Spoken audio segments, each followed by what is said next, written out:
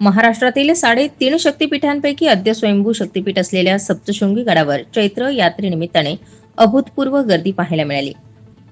तब्बल 36 तासांपासून दर्शनासाठी सलग रांगा लावत भाविकांनी आई सप्तशृंगीचं दर्शन घेतलंय.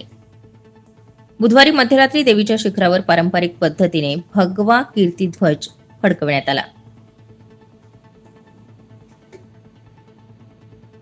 1 एप्रिल रोजी देवीचे अलंकार ढोल ताशांच्या गजरात मिरवणुकीद्वारे मंदिरात नेण्यात आली. यावेळी विश्वस्त ॲडव्होकेट ललित निकम यांनी सपत्नीक पंचामृत पूजा केली.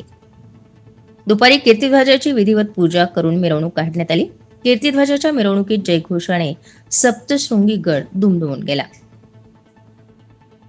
श्री सप्तशृंग निवासिनी देवी ट्रस्टच्या मुख्य कार्यालयापासून कीर्तिध्वजाची विधिवत पूजा करून पारंपरिक मिरवणूक काढण्यात आली. ट्रस्टच्या अध्यक्षा तथा जिल्हा व अतिरिक्त सत्र न्यायाधीश कल्पना के पाटील, तहसीलदार रोहिदास वरोळे, विश्वस्त मंडळातील प्रतिनिधी ॲडव्होकेट ललित निकम, मनोज्योत पाटील, कार्यकारी अधिकारी भगवान नेरकर, पोलीस उप अधीक्षक वासुदेव देसले, पोलीस निरीक्षक खगेंद्र टेंभेकर, पोलीस पाटील शशिकांत बेनके, ध्वजाचे मानकरी सोमनाथ गवळी, कृष्णा गवळी, प्रकाश गवळी, रमेश गवळी, विष्णू गवळी, युवराज गवळी, वामन गवळी, एकनाथ गवळी, काशीनाथ गवळी, गवळी परिवार यांच्यासह पोलीस प्रशासनातील अधिकारी यावेळी उपस्थित होते. ढोल ताशांच्या गजरात आणि सप्तशृंगी माता की जय, परशुराम बाला की जय, मार्कंडेय महाराज की जय अशा जयघोषात ही मिरवणूक पहिल्या पारीपर्यंत नेण्यात आली.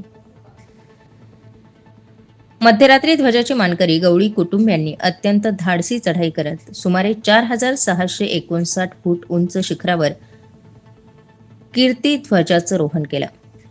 सुमारे 13 मीटर लांबीचा भगवा ध्वज व पूजा साहित्य घेऊन परंपरेनुसार हा विधी पार पडला.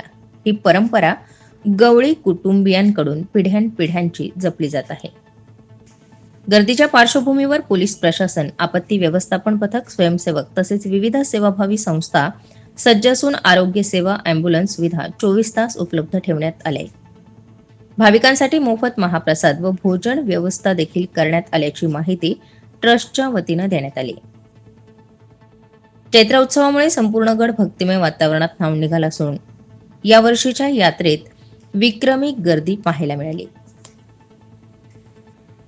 स्टार 24 फास्ट न्यूजसाठी माधव खाबिया सह राजेंद्र राठोड, नाशिक ग्रामीण.